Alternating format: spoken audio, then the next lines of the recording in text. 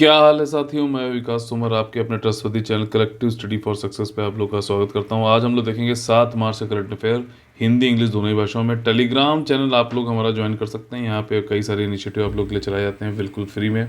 और हमारे paid group भी चालू हो चुके हैं। 10 तारीख से चालू हो रहे हैं, लेकिन अभी से आप लोग एडमिशन ले सकते हैं। ठीक, कोई क्वेरी है तो 9650347272 पे आप लोग हमें कॉल करिए। हमारे जो आज के 10 मोस्ट इंपॉर्टेंट टॉपिक्स हैं जो कि प्रीलिम्स और मेंस में आ सकते हैं यूपीएससी, यूपीपीएससी, बीपीएससी और अदर स्टेट पीसी एग्जामिनेशन में, वो हैं ये सारे जिनको अब हम लोग देखेंगे विस्तार से। ठीक, तो देखिए पहला जो टॉपिक है जनरल स्टडीज़ पेपर 3 से है, इकोनॉमी इंफ्रास्ट्रक्चर। पुणे में मेट्रो रेल प्रोजेक्ट का जो है अनावरण किया अभी 6 मार्च को मोदी जी ने, प्रधानमंत्री जी ने। ठीक, और भी पुणे की यात्रा पे थे वो, तो उन्होंने और भी कई सारे जो है इनाग्रेशन किए हैं। पुणे की जो ये मेट्रो रेल है, ये 12 किलोमीटर स्ट्रेच को इनाग्रेट किया गया। टोटल 32.2 किलोमीटर की होने वाली है। इसको 2016 में इसकी आधारशिला रखी गई थी। कुछ और भी इन्होंने यहाँ पर इनाग्रेशन किए हैं, जैसे कि मुल्ला मुठ रिवर प्रोजेक्ट जो है, इसमें इसका कायाकल्प और प्रदूषण को ख़त्म करने के लिए जो है एक प्रोजेक्ट चलाया गया है। और इसमें वन सिटी वन ऑपरेटर वाला जो है कॉन्सेप्ट लगेगा। मुल्ला मुट रिवर जो है ये थोड़ा सा देख लीजिएगा, ये इम्पोर्टेंट है। इसके अलावा 140 ई बसेस, ई बस डिपो ये सब चालू किए गए बानेर में, जो कि बानेर में बने हैं। अदर देन दैट आर के लक्ष्मण आप लोगों ने देखा होगा, टाइम्स ऑफ इंडिया में पहले ये कॉमन मैन करके जो है कार्टून बनाते थे। तो उन्हीं के नाम पर जो है आर के लक्ष्मण जी के नाम पर आर्ट गैलरी म्यूजियम बनाया गया है बालेवाड़ी पुणे में। ठीक है ना। इस म्यूजियम की खास बात यह है कि जो मालगुडी विलेज है उसका एक मिनिएचर मॉडल वहाँ पे दिखाया गया है म्यूजियम में। ठीक, तो ये कुछ जो है इनोग्रेशन है किए गए हैं। रिवर एक ज्योग्राफी से ये मैपिंग कर लीजिएगा। Our next topic is from general studies paper 3, defence and security issues से संबंधित है मिसाइल। ब्रह्मोस जो मिसाइल है वो आपकी ज़मीन से भी मारी जा सकती है, दागी जा सकती है, पानी से भी दागी जा सकती है और हवा से भी। अभी जो अटैक का ये टेस्ट हुआ है वो हुआ है, इंडियन नेवी ने किया है। इंडियन नेवी, जैसे मान लीजिए ये जो है ज़मीन है, इंडियन नेवी के जो जहाज़ हैं उन्होंने यहीं से जो है फायर कर रहे हैं। ठीक, तो फायर किया और जो टारगेट था उसको बिल्कुल एक्यूरेटली इन्होंने ख़त्म किया। जो शिप था वो था आईएनएस चेन्नई। ठीक है, ये स्टेल्थ डिस्ट्रॉयर है। ठीक है ना, छुप के मतलब मार करने वाला जो है डिस्ट्रॉयर है। और ये ब्रह्मोस का जो वर्जन था वो थोड़ा एक्सटेंडेड वर्जन है। इसकी रेंज 350 किलोमीटर की है। ठीक है ना।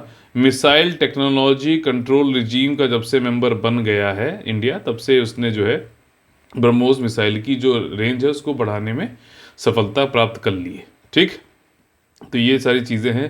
ब्रह्मोस का सफल जो है यहाँ पे प्रशिक्षण हुआ है। टारगेट एकदम बिल्कुल बढ़िया से हिट हुआ। ब्रह्मोस और आईएनएस चेन्नई ये दोनों ही इंडिजिनियसली बने हैं, यानी कि स्वदेशी रूप से बने। तो भारत की जो है इसमें टेक्नोलॉजी को भी दिखा रहा है कि बढ़िया हो गई है। और अब नेवी का हमारा ये काबिलियत भी बढ़ती है कि हम किसी लैंड एरिया पे जा, मतलब दूर पानी में रहते हुए उसके ऊपर आराम से जो है हमला कर सकते हैं। ब्रह्मोस आपको मैंने बताया, ब्रह्मोस एरोस्पेस जो है इंडिया और रशिया के जॉइंट वेंचर है। ठीक, सुपरसोनिक क्रूज मिसाइल होती है। क्रूज मिसाइल क्या होती है? ज़मीन से पैरेलल चलती है। बैलिस्टिक मिसाइल जो है ऐसे पैराबोला बनाती है। ठीक है, तो इसमें ये एक तो सुपरसोनिक है, यानी कि साउंड की स्पीड से तेज जो है उड़ती है ये, और साउंड की स्पीड से करीबन 3 गुना तेज उड़ती है। ठीक, शिप, एयरक्राफ्ट, लैंड प्लेटफॉर्म से दागी जा सकती है। और एक एक फिनोमिनन होता है सोनिक बूम। ठीक है ना, वो क्या होता है ज़रा बताइएगा। और ये जो वर्जन है 350 किलोमीटर तक जो है ये मार कर सकता है। ठीक, MTCR मैंने आप लोग को बताया, मिसाइल टेक्नोलॉजी कंट्रोलिज्म होता है। इसके अलावा वासेनार होता है। ठीक, ऑस्ट्रेलियन ग्रुप होता है।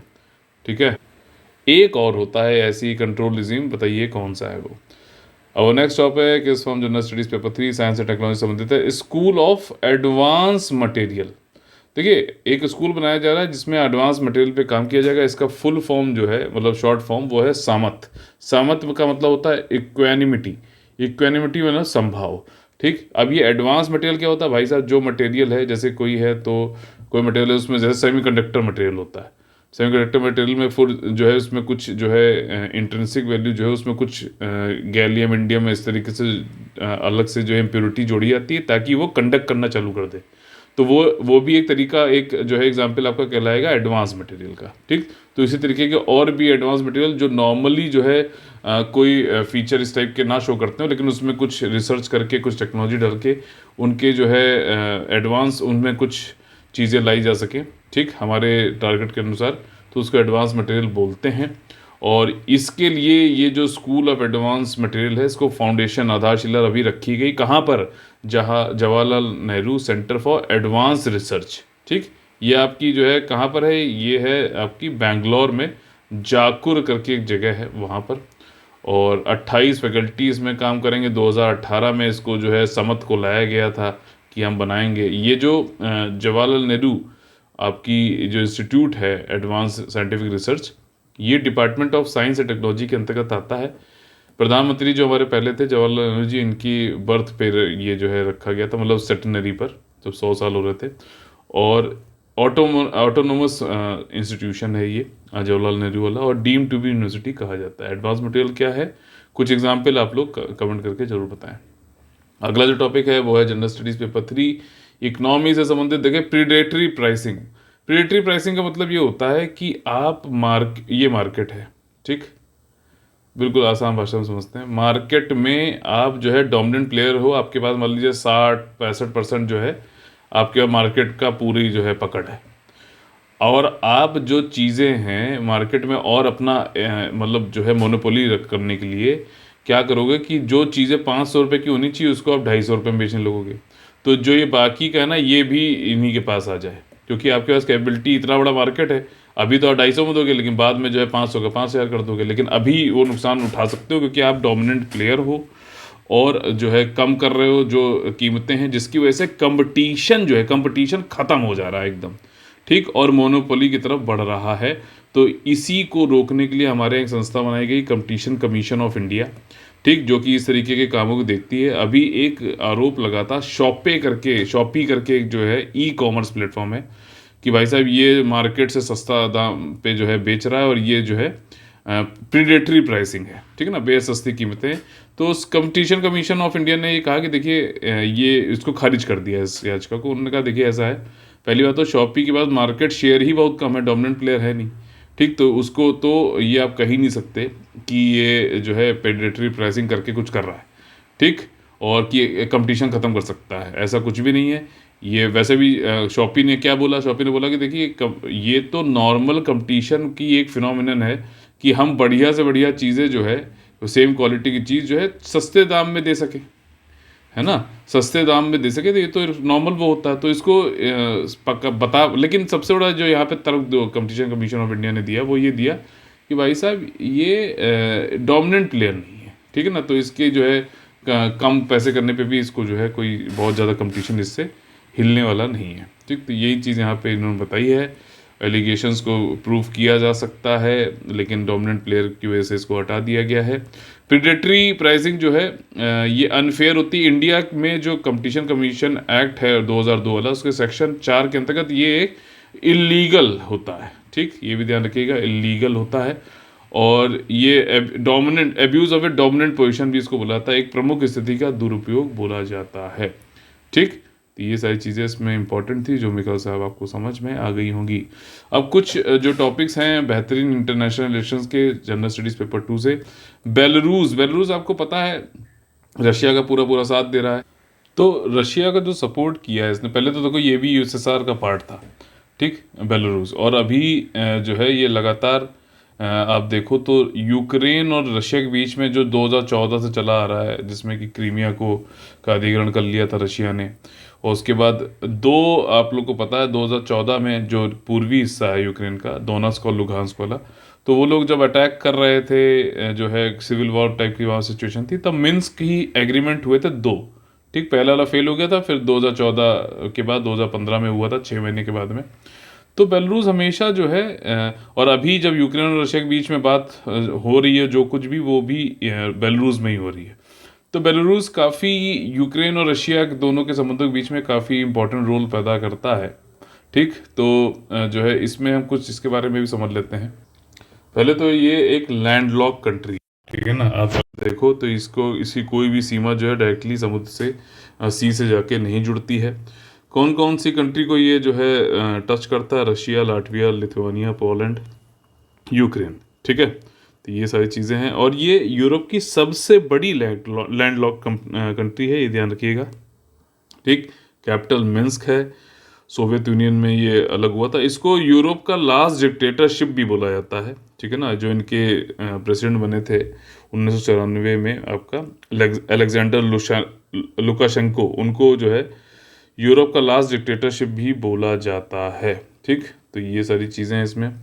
और दो सारी जो एग्रीमेंट हुए तो मैंने पहले आपको बता दिया, तो इसको ध्यान रखिएगा। और इसकी वजह से जो ये इसका साथ दे रहा है रशिया का, वेस्ट वालों की नज़र जो है तिरछी इनके ऊपर भी है, मतलब इनके ऊपर भी प्रतिबंध और ये सब भी ये भी झेल रहे हैं, लेकिन दोस्ती नहीं पूरी जो है निभा रहे हैं वाली बात है। General studies paper 2 polity and governance संबंधित जो अगला हमारा टॉपिक है, फॉरेन मेडिकल स्टूडेंट। ये चीज़ मैंने आप लोगों को पहले ही बताई थी, अभी फिर से इंडियन एक्सप्रेस में आया था तो मैंने कहा जोड़ देता हूँ। यहाँ पे जो है 2-3 टॉपिक यहाँ से हम लोग पढ़ेंगे मेडिकल स्टूडेंट से संबंधित। पहला तो ये है कि नेशनल मेडिकल कमीशन ने ये बोला है कि जैसे स्टूडेंट्स, ठीक है, जो फॉरेन कंट्रीज़ में पढ़ रहे थे, फॉरेन इंस्टीट्यूशन में पढ़ रहे थे, तो भारतीय लॉ के अनुसार उनको वहाँ पे डिग्री भी मिलना चाहिए, पूरा कोर्स करना चाहिए, साथ ही साथ ट्रेनिंग और इंटर्नशिप, ये तीनों चीज़ें सेम फॉरेन मेडिकल इंस्टीट्यूशन से करना चाहिए। लेकिन अभी सिचुएशन जो है थोड़ी सी अलग है। आपको पता है कि कोविड आया, उसके बाद जो है अभी पैंडमिक यूक्रेन रशिया का वॉर चल रहा, तो इसकी वजह से कई सारे ऐसे स्टूडेंट हैं फॉरेन में जो पढ़ते थे इंस्टीट्यूशन में, उनको वापस आना पड़ गया है। तो नेशनल मेडिकल कमीशन ने ये कहा है कि हम थोड़ा बहुत रिलैक्सेशन दे सकते हैं आपका इंटर्नशिप में, कि कोई बाहर भी पढ़ा है लेकिन वहाँ पे अब क्योंकि वापस आ गया तो अब उसको भारत में इंटर्नशिप करने की हम इजाज़त दे सकते हैं। ठीक, तो ये चीज़ें यहाँ पर नेशनल मेडिकल कमीशन ने बोली है, रियायत दी है, क्योंकि ज़रूरी भी था ये। ठीक है, और लेकिन उन्होंने कहा कि एक चीज़ करना पड़ेगा, जो भी इंटर्नशिप जो है करना चाहता है भारत में, फॉरेन इंस्टीट्यूशन में पढ़ रहा था, उसका ये देखना जरूरी है कि उसने फॉरेन मेडिकल ग्रेजुएट एग्जामिनेशन जरूर पास किया हो, जो कि national board of examination India conduct कराता है। ठीक, तो ये सारी चीज़ें हैं जो कि नेशनल मेडिकल कमीशन ने थोड़ी सी रिलीफ दी है। अगला टॉपिक है general studies paper 2 international relation से संबंधित है। अब देखो, रशिया ने यूक्रेन के ऊपर जो है कर दिया अटैक, ठीक, लेकिन वेस्ट कंट्री जो हैं वो यूक्रेन को नो फ्लाई जोन नहीं घोषित कर रहे हैं। बहुत सारे कारण हैं। पहली चीज़ तो यह है कि अगर नो फ्लाई जोन घोषित कर देंगे, रशिया का जो है प्लेन आके यूक्रेन में हमला करेगा, तो नाटो को इसको मार गिराना पड़ेगा। तो इससे क्या होगा, एस्केलेशन होगा, लड़ाई बढ़ सकती है। दूसरी चीज़ ये है कि वेस्ट को जो है कुछ अपने जो है विमान भी हवा में उड़ाने पड़ेंगे, जिनको जो है फ्यूल देना और जो है सपोर्ट करना पड़ेगा, और उसको जो है रशिया वाले उड़ा सकते हैं। तो उससे भी जो है युद्ध के बढ़ने के, एस्केलेट होने के चांसेस हैं।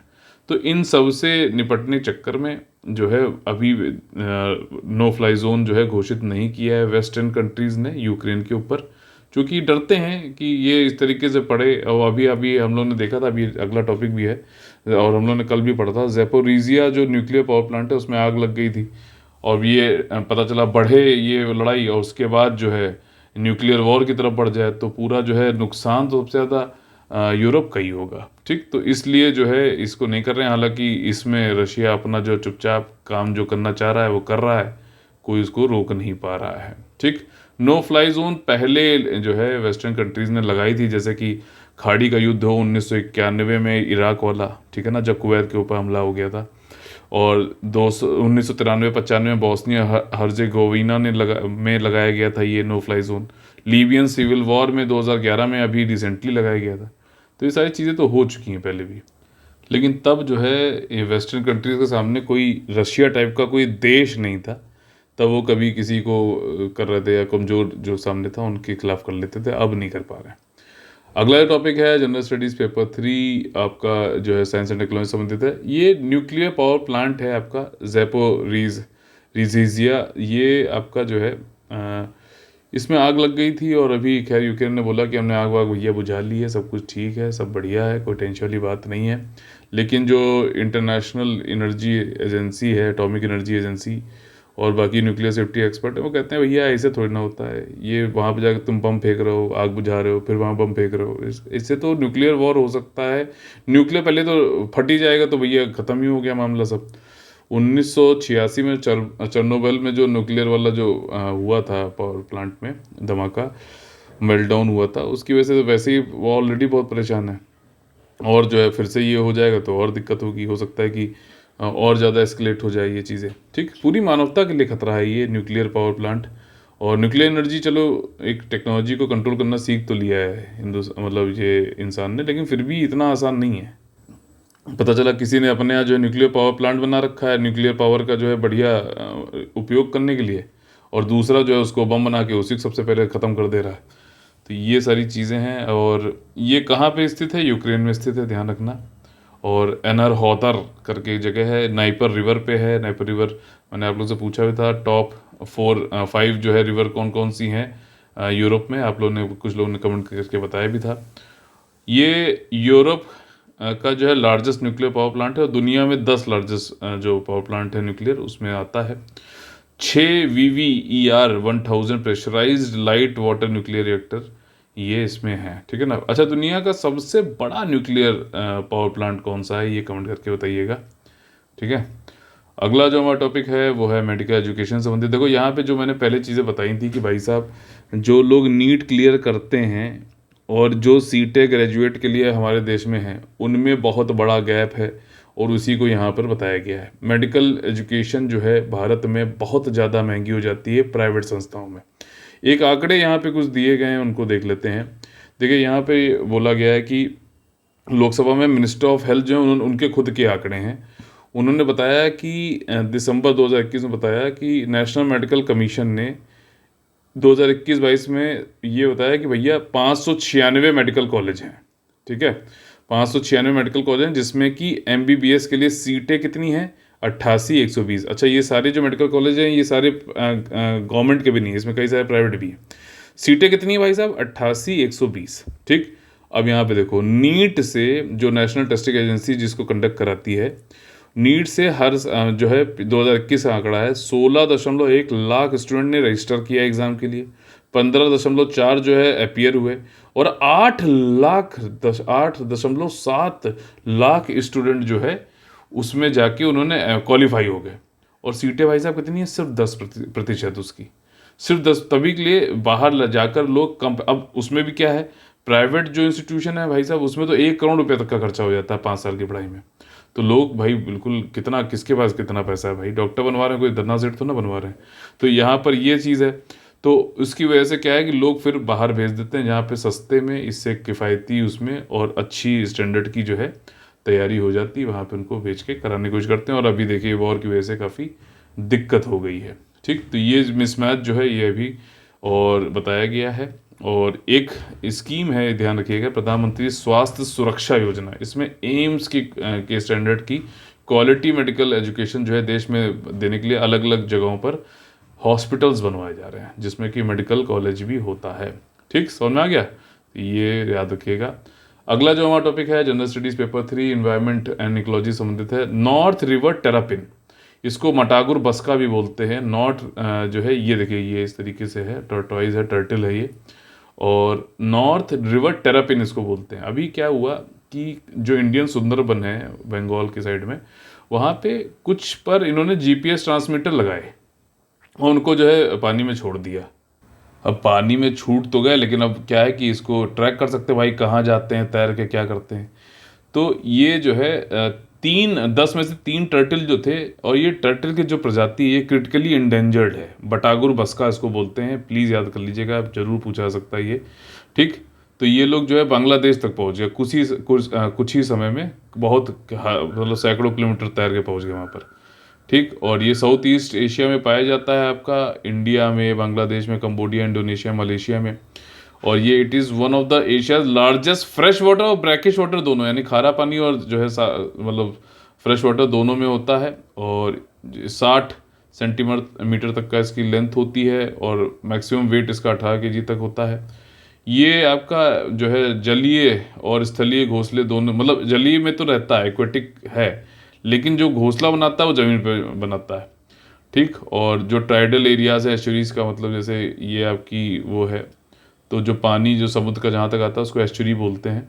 वहाँ लार्ज रिवर मैनग्रोव फॉरेस्ट, वहाँ पे जाके अंडे अंडे देता है ये। ठीक। इसको अरीबाडा बोलते हैं, मास मास नेस्टिंग बोल करते हैं ये लोग। बहुत सैकड़ों जो है अंडे, लाखों करोड़ों अंडे एक साथ दे देते हैं। ठीक। एक नहीं, मतलब बहुत सारे होते हैं।